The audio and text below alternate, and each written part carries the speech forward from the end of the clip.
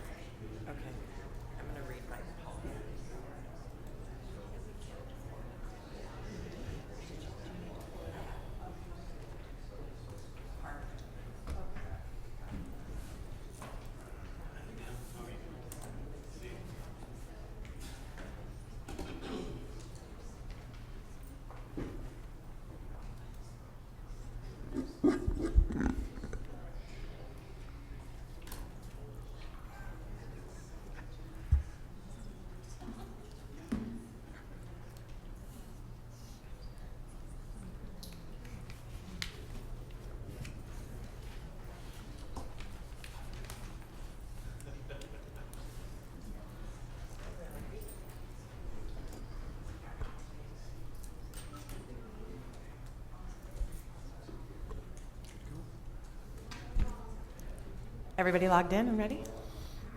Okay. It is 6:31 p.m. on August 28th, 2019, and I'll call this meeting to order. Lisa, will you please do the roll call? Anne-Marie Moore. Present. Ben Owens. Present. Tori Anderson. Present. Joshua Doe. Present. Present.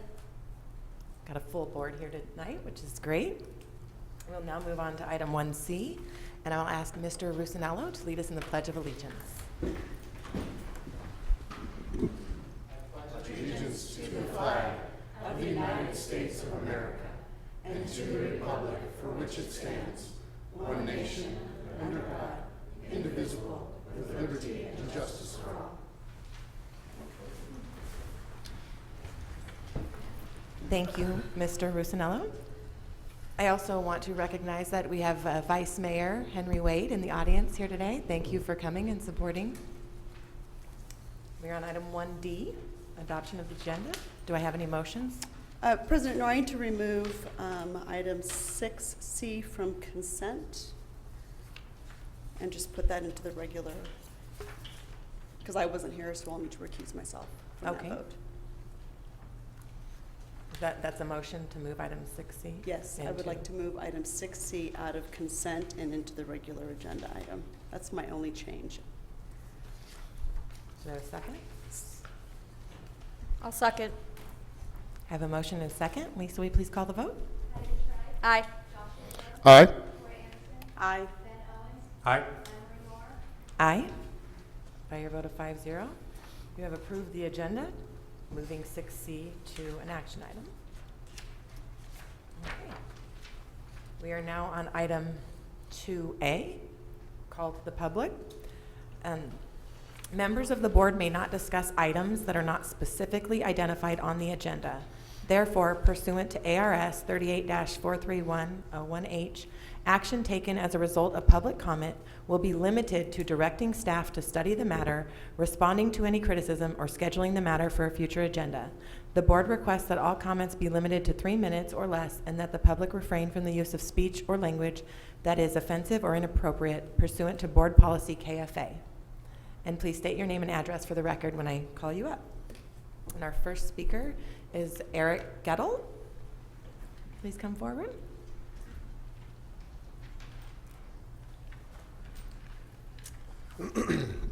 My name is Eric Gettle at 44021 West Snow Drive, and thank you for giving me an opportunity to address. Back on April 24th, the board approved a policy change to the handbook, policy IIE, which required 6 credit-bearing classes to be into our kids' schedules during the course of their school day. I appeared before the council then on the 8th, just to maybe draw your attention to some of the negative impacts that I foresaw would happen with that policy change. It is a little worse than we thought. We have a few of the parents and students here tonight who may choose to address some of the concerns they've had with this policy.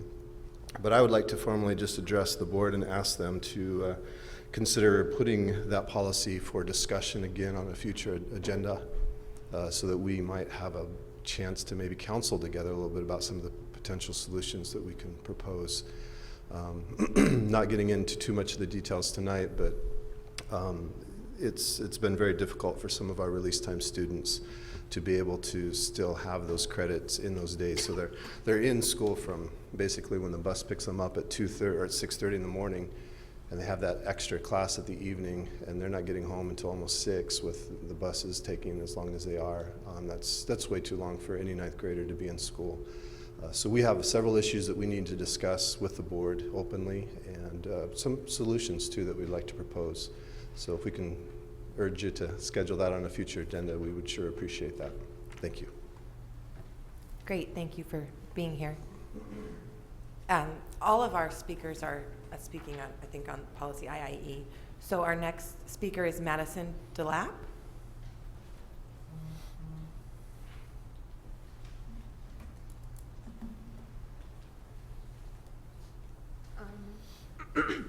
Excuse me. My name is Madison DeLapp, 43973 Westway Drive. I'm a 7A student, and we recently got a new policy. The policy is that we are forced to take a 8th or 0 hour because of our non-credit class. Before the policy, almost every 7A student tried hard to make up those credits by taking an online class over summer, or just finding a way to make it up, but it was no problem at all. So, but now we have to take a 0 or 8th hour, which I think it's unfair. It should be only for students who need it, like the ones who are credit deficient. But we don't really need it. Some of us after school want to do sports, study, go home to a, just go to an after school club to be more interactive with the school, hang out with our friends, and hang out with our family. And we are tired from the classes we take in the regular school day, and we are exhausted by the time we get to 8th hour. But we are limited to that hour because of the new policy. So,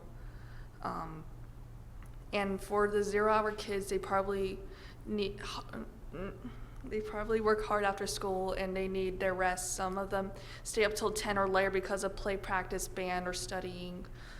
They probably have so much work they have to do in the morning. So when they start their 0 hour class in the morning, they are probably burnt out from like all the stuff that they're learning in the morning, that they don't want to that they don't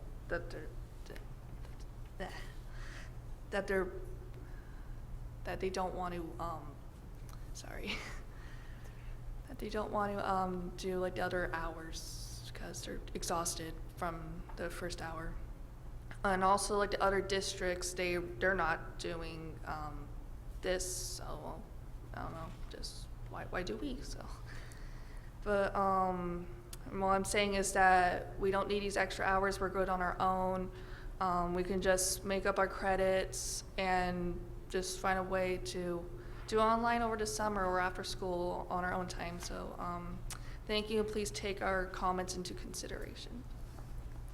Thank you for being here, Madison. We always appreciate when the students come and talk to us about their experiences. So thank you. Our final call to the public is Kelly Huffaker.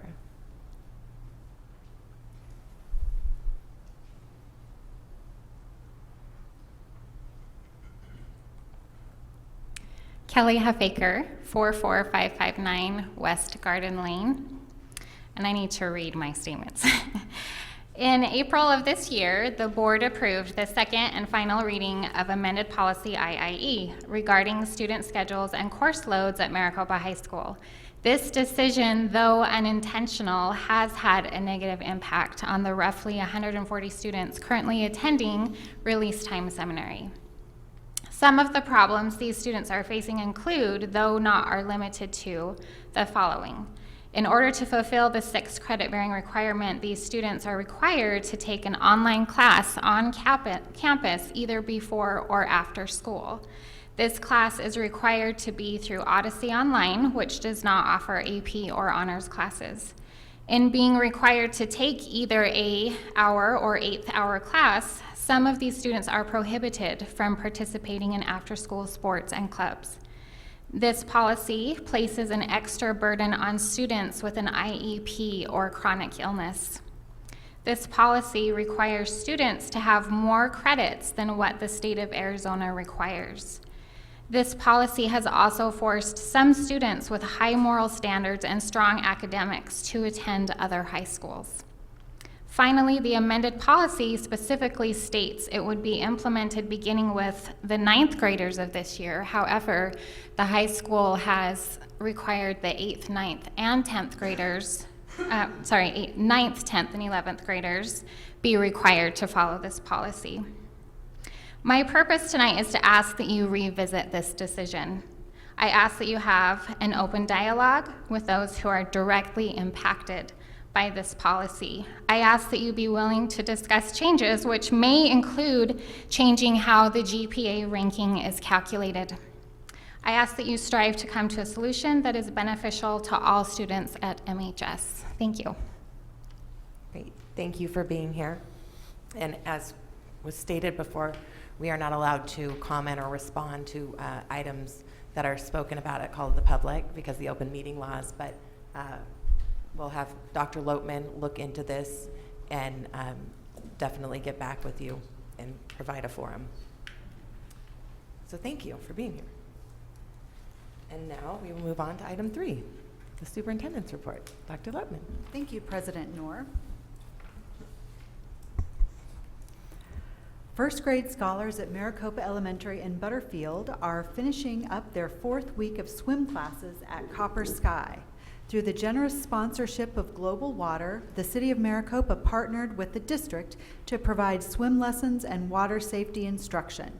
This program is designed to ensure that every Maricopa child has access to water safety instruction by the time each one reaches 3rd grade. Each scholar was assessed and placed into a leveled group according to his or her swimming ability.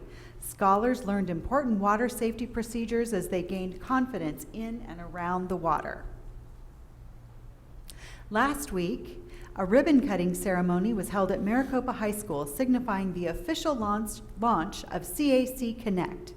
Through this partnership, CAC staff have office space at Maricopa High School to meet the students during the school day. Students will be able to conveniently explore career options, apply online, and register for classes without ever having to leave MHS. Thank you to all who worked so hard to make this happen. Last Friday, more than 40 business, faith, and community partners joined us for our first Partners Luncheon of the year.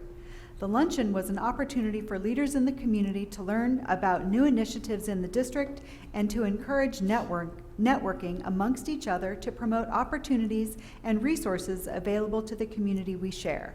Hot topics included factual information about the upcoming bond election, blossoming partnerships, and showcasing student talent. A special thanks to Mr. Mann's culinary students who prepared an exquisite meal, and to Mr. Poor's string students who performed flawlessly throughout the luncheon. A great time was had by all. We have a budding columnist on our hands. Maricopa Wells sixth grader Danielle Heinrich was a contributing writer in the local InMaricopa.com publication on August 26th. Her article, titled "Be Awesome: 5 Ways to Avoid Peer Pressure," gave practical advice to parents about how to help tweens and teens navigate peer pressure relating to drugs and alcohol. Great job, Danielle. We look forward to future articles. More news about an outstanding student at Maricopa Wells. 7th grade student Danica Gutierrez Banuelos participated in the state and national pitch, hit, and run competition and walked away with first place in the state and took second in the national competition. Her skills paved her way to an MLB All-Star game where she helped to field baseballs during the Home Run Derby. Way to represent, Danica.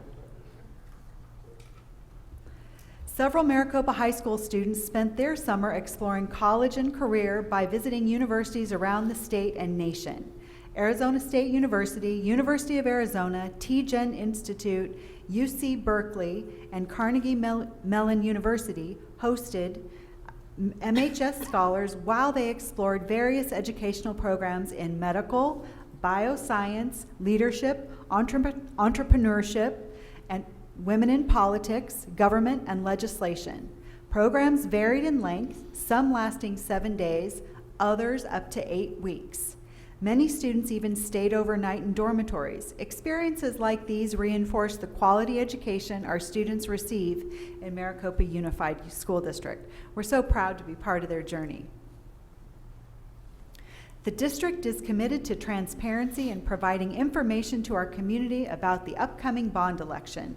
Over the past few weeks, I've shared factual information with the Classified Advisory Committee, business, faith, and community partners, the Maricopa Economic Development Alliance, and Rotary Club.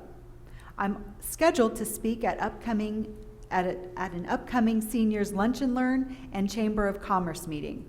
I'll be scheduling additional informational visits with neighborhood associations and other community groups to ensure we are available to provide information and answer questions about the bond measure. Basically, I'll talk to anyone who will listen and not listen. Upcoming events. All 9th graders are invited to a special tailgate event on August 30th at 5 p.m.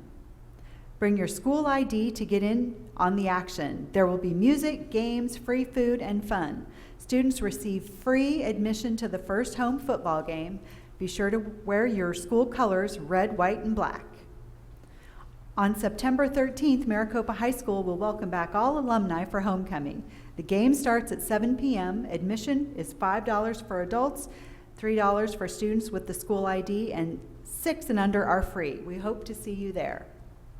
On September 17th, Maricopa High School will host a Senior College and Career Day.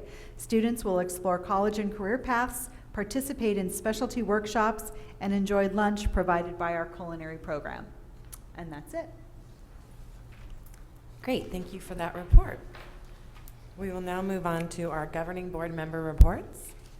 And I'll start with Vice President Owens. I have nothing this evening. Nothing? Mrs. Anderson. Nothing, Mr. Owens, as busy as you are. Okay, so I do want to report a couple things. I did last week get back from Chicago, part of the National School Board Association, which I don't know if you realize we are a member of that association, and there are conferences that we can go to as well on top of the Arizona School Board Association. So it was a great leadership conference. It was 5 days, and the entire 5 days was built on trust and how, in order to be a good leader, you need to build that trust, and the 8 pillars of trust, which were quite interesting. And the other part that we had to discuss is, what does National School Board Association do for us? And what do they do for our students? And what's going on at the federal level, and how can we reinforce that? So I've got those reports if you're interested. It was some hearty discussion. quite a few outdated procedures that they do that, of course, I did speak up about because I'm so shy. But it was good discussion, and Beth Graham, who's the National School Board Association president, is doing a great job at trying to bring back what public education stands for, and kind of at the federal level, how do we address that, and how do we address our advocacy at the Capitol in DC, which really trickles down and affects us at the local level. So that was probably the most interesting, since I'm such a legislative junkie anyway. It was very interesting, but as we know, everything of value is built on trust. So it was very, very eye-opening, and I did learn a lot. So I look forward to sharing that at our board retreat or wherever, or if anybody has questions, you can certainly email me, and we can have that discussion. But I'm always looking for parent and community input on how we can better serve our public. And then the other thing is, obviously, homecoming is September 13th, and I was reminded by a classmate, thank you, Eddie Rodriguez, that this is our 40th class reunion. Woohoo! So we've been texting a lot of pictures from our annual and kind of having a good time. So the class of 79 will be getting together from 8 to 9, so that's going to be quite fun. And if you want information on that, again, please email me and contact me, and I'll give you that information. But it's Go Rams. It's fun to see everybody because a lot of us are still around. And I did look at the annual, and we had 32 in my graduating class in 1979, and now we have over 500. So we've come a long way. It's so much fun to see how far we've come. And if you, again, want to talk about old times, it's always fun to reminisce how it used to be and how much fun we're having now. So I just want to put a plug in. Hopefully we'll see you on the 13th. Great, thank you. Mr. Judd? Thank you, President Nor. I'll be going to Phoenix on September 7th to attend the ASBA Legislative Assembly and to vote on the ASB legislative agenda. The only date that I have. In terms of an opportunity, there is an opportunity for students that want to get involved in terms of having their voice heard for Arizona education. Kathy Hoffman, the superintendent of schools, have put together a student advisory committee. It's going to be 15 students from across the state, grades 5 through 12, and you can apply to be a part of that committee. It's at azed.gov, and I believe that the deadline is September 16th. So any students that want to be involved in that, it would give you an eye into what happens at our Capitol. You'll be able to sit down with people of influence and influence them. So I hope you'll take the opportunity to submit that essay. And again, it's due by September 16th. And that's all I have. Which grades is it? 5 through 12. Thank you. Mrs. Katray? Thank you, President Nor. Well, I did have the opportunity, along with Mrs. Anderson, we were able to attend the CAC Connect ribbon cutting. It is an outstanding effort. Mrs. Rissanello really spearheaded that with representatives from CAC, so I think it's definitely a step in the right direction, and I know that they're looking at possibly opening that space up to other colleges so that they can come in and the students can ask questions, get to know more information about all the opportunities that are out there for them. We also both attended the partner breakfast, which was a lot of fun. It's interesting, I think, people really understanding the facts of our needs right now and what we're looking at for our capital needs, and so it was really good to be able to share that information in a factual basis. I did attend our first football game. It was away at McClintock. Dr. Lotman was there. We did win. Go Rams. And we're really excited for this Friday because it is our first home game and my last freshman frenzy opportunity to go through. So I hope to see everybody out there. And I will be attending the law conference on Thursday and Friday. I'm not able to go to the pre-conference, but I will be there for Thursday and Friday. And I will be there Tuesday to Saturday. Well, that's because you're on the ASB board. But I'll be there with Mr. Judd on Saturday. Great, thank you. I was able to attend the partners lunch last Friday, and it was great to have so many community members there to talk about MUSD and what we're doing for the community and how we can really all work together to make everything better for our students and our staff and the community. So thank you for organizing that. It's really valuable, and I hope we build on it each year. And other than that, I'm really excited for the first soccer game for the Desert Wind Middle School soccer team tomorrow in Casa Grande. So it'll be interesting to see what the new division is like. So that's tomorrow at 4:30 in Casa Grande. That's all. We'll move on. We don't have any information items or work studies, so we will move on to 6, the consent agenda, absent item C. Correct. Do I have a motion? Motion to approve without item 6C. I'll second. I have a motion and a second. Lisa? Aye. Aye. Aye. Aye. Aye. By a vote of 5-0, you have approved the consent agenda.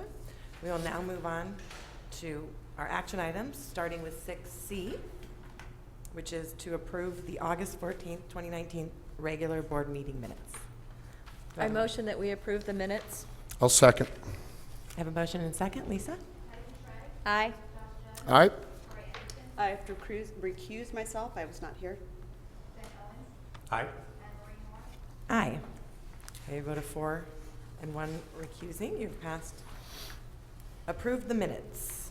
We will now move on to item 7A, discussion and possible approval of the personnel schedule. Mr. Beckett. Thank you, President Noor, members of the governing board, Dr. Lopman. You have the personnel schedule in front of you this evening. I did want to highlight one area that was brought to my attention from Member Coutre, number 40, those middle school stipends.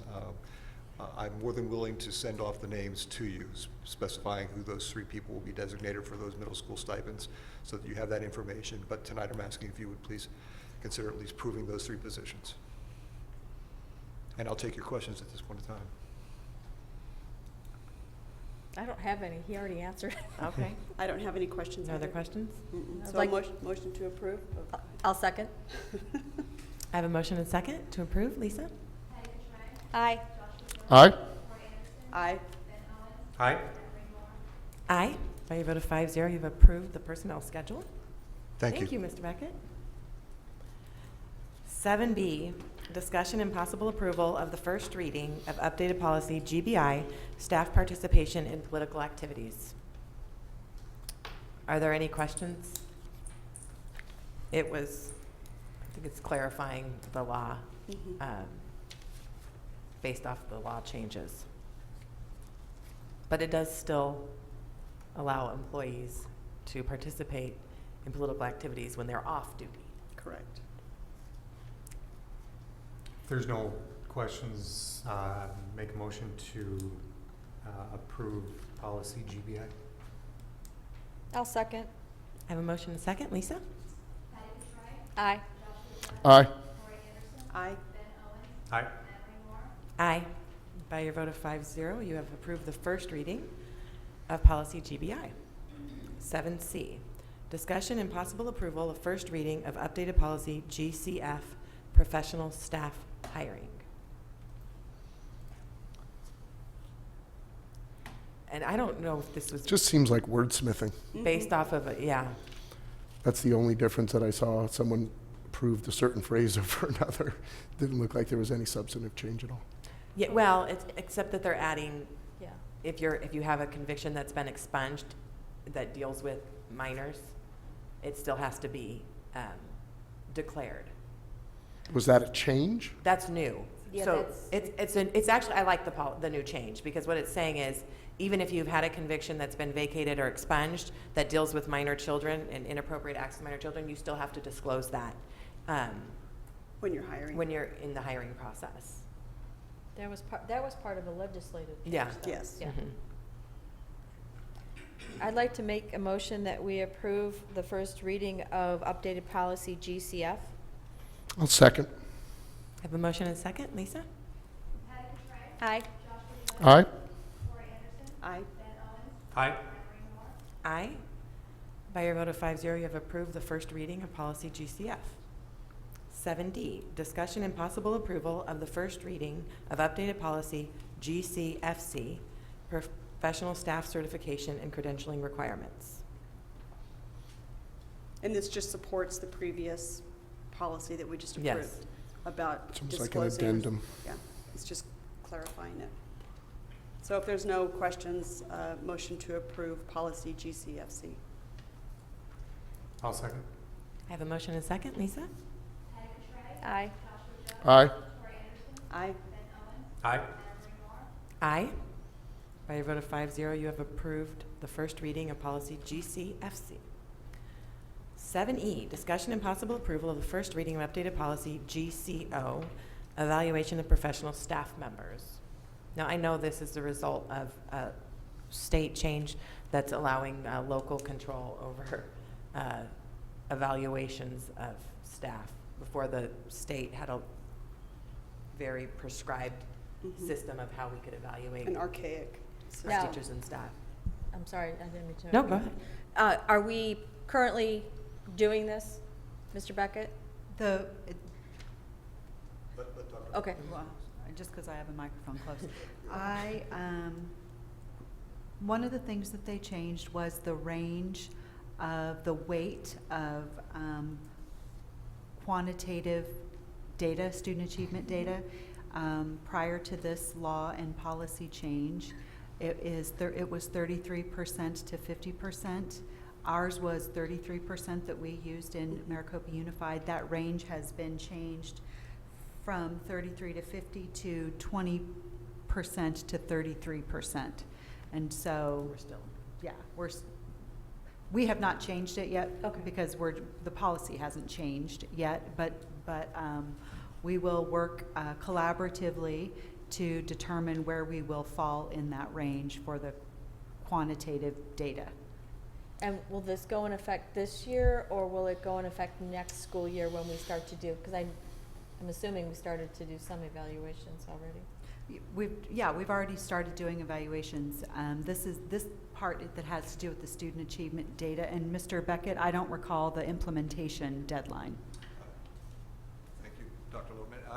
At this point in time, typically these policies are allowed to be enacted immediately, but there is also a conflicting policy that says that teachers need to be in service and be part of that dialogue whenever we make changes to the evaluation instrument. So we'll probably have to get legal opinion on this, but I'm guessing that this will probably be an implementation for 2021. Okay.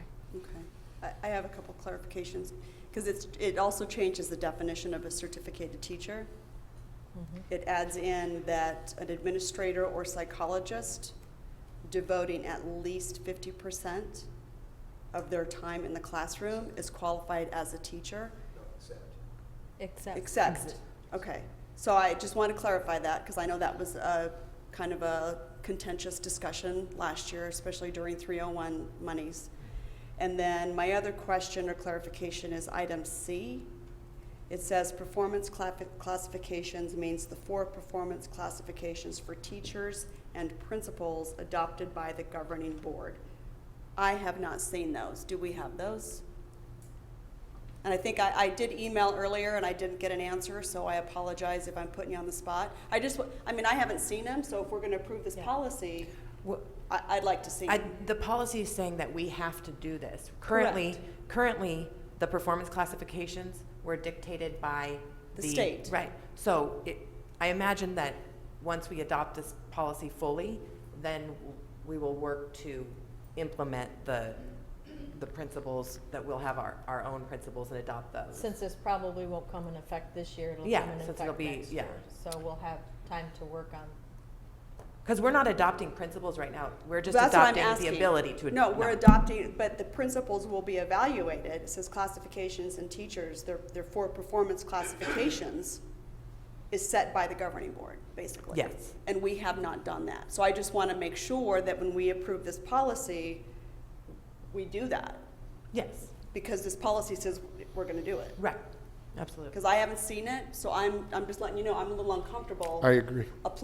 approving this when I don't know what I'm approving. So should we put something in there, so Mrs. Anderson, if we put something in there like that, the 4 performance classifications that is determined, adopted by the state, by the governing board, effective school year 2021. So we have the year to work on it. That's fine, or we don't have to approve it tonight. We can bring it back after Dr. Lotman has a chance to look at that. I mean, it's not like it's set My in. question is, why is this, are we bound, is this legally binding, based on law that the governing board now has to be involved in Setting the that. qualification process? I think what this is helping us with is that it's clarifying and declaring that the school district will create the principal evaluation. Which is great. That it won't be an external imposition. It will be something that we create together, collaboratively together. And that will be another collaborative process, where we determine the leadership values and goals. And I want to point out that it does say that we are going to adopt performance classifications, but adopting this doesn't adopt something. Right. They will have to come back to us in the form of a different item, board agenda item, to adopt those. My view of this is that you are getting together, Dr. Lotman, with the principals and coming up with a plan to present before the board. We will approve that and then move forward. Because I don't This is think, the it's not policy- something that the board really, in my opinion, has input on. We're just approving what you've developed with your leadership. But approving this policy just says that you approve that process of Okay. us creating Just that. want to And be then clear. once that process is complete, it will come back to the board for adoption, just like we adopt. Yeah. Do we That's currently what it have a policy that has the performance classifications identified? Yes. And what policy would that be? Well, it's not a policy, it's a practice. All of our evaluation instruments have 4 performance classifications. It's highly effective, effective, partially effective, ineffective. Those are the 4 categories that they're referencing in that portion. It's a pretty standard form. We Well- get the same one where I teach. Because it was dictated by the State Board of That's what we, Education. yes, correct. That's what we adopted. Okay, and that's is that like a regulation or an exhibit? It would be a regulation. Yeah, I'm assuming. I have to look at the policy again. It's GCO, I believe, is the policy that we would have to Okay, reference. because I know that the board does not technically have to approve and adopt regulations and exhibits. We only have to approve policy. So if this is something that the board has to approve and adopt, is this something that's we're going to have to create a policy for? That's a good question. Yeah. And I think, Just and that's kinda- kind of where I was, and in the same vein what Patty's saying, it's starting to blur our role, and I'm not a huge fan of that. I mean, obviously, if we're legally bound to approve something, it's something that you're developing, but I feel that that is starting to blur our role in terms of now we're having a say based on evaluation, and I've never seen that as being a part of our role.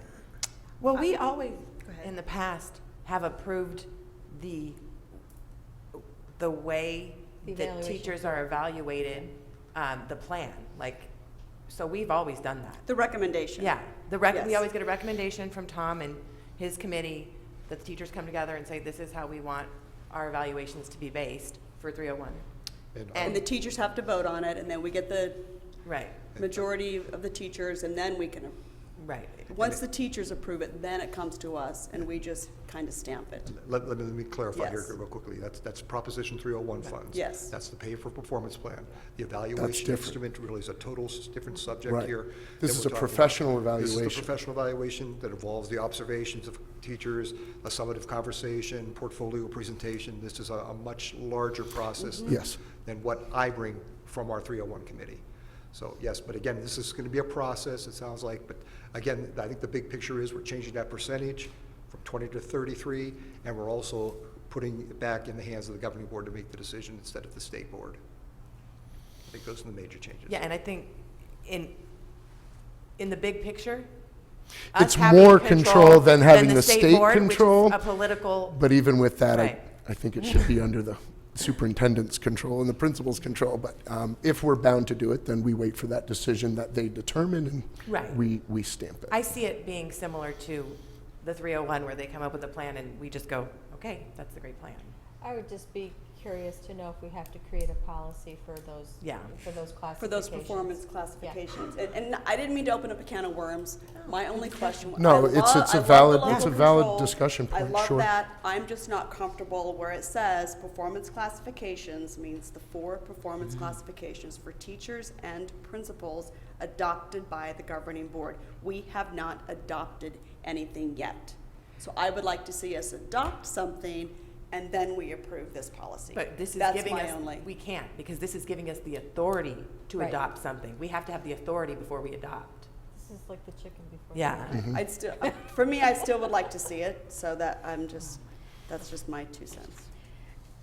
I understand. I like the local control piece. Definitely. Yes. Definitely the local control, but I understand why we have to adopt this before we can move forward. Currently, the current evaluation form and the way that it is done right now will remain until we adopt those classifications and they come back with a change in the way it's done with the percentage, is what I'm understanding. I would really like to get the clarification on adoption of a new policy. My guess is Before we- it's probably yes. gonna have to be like GCOA or GCOB or something like that. I would just like to see us wait on this. It's not like it's a time-sensitive thing, so so we can get more clarification. Obviously, I'm in favor of local control, but there needs to be some clarification on what's really expected of the board. I agree with I'm Mrs. comfortable with Anderson that. on this one. Yeah. Okay. No further action on 7E. We will move to 7F. Discussion and possible approval of first reading of updated policy GDF, support staff hiring. If there are no This is the questions, same as the certified Mhm. in terms of the declaring background. I'd like to make a motion that we accept the first reading of policy GDF. I'll second. I have a motion and a second. Lisa? Aye. Aye. Aye. Aye. Aye. By your vote of 5-0, you have approved the first reading of policy GDF. We're now on item 8A. Do I have a motion to adjourn? Motion to adjourn. I'll second. Lisa? Aye. Aye. Aye. Aye. Aye. Thank you. By your vote of 5-0, it is 7:10 p.m. and we are adjourned. Yay.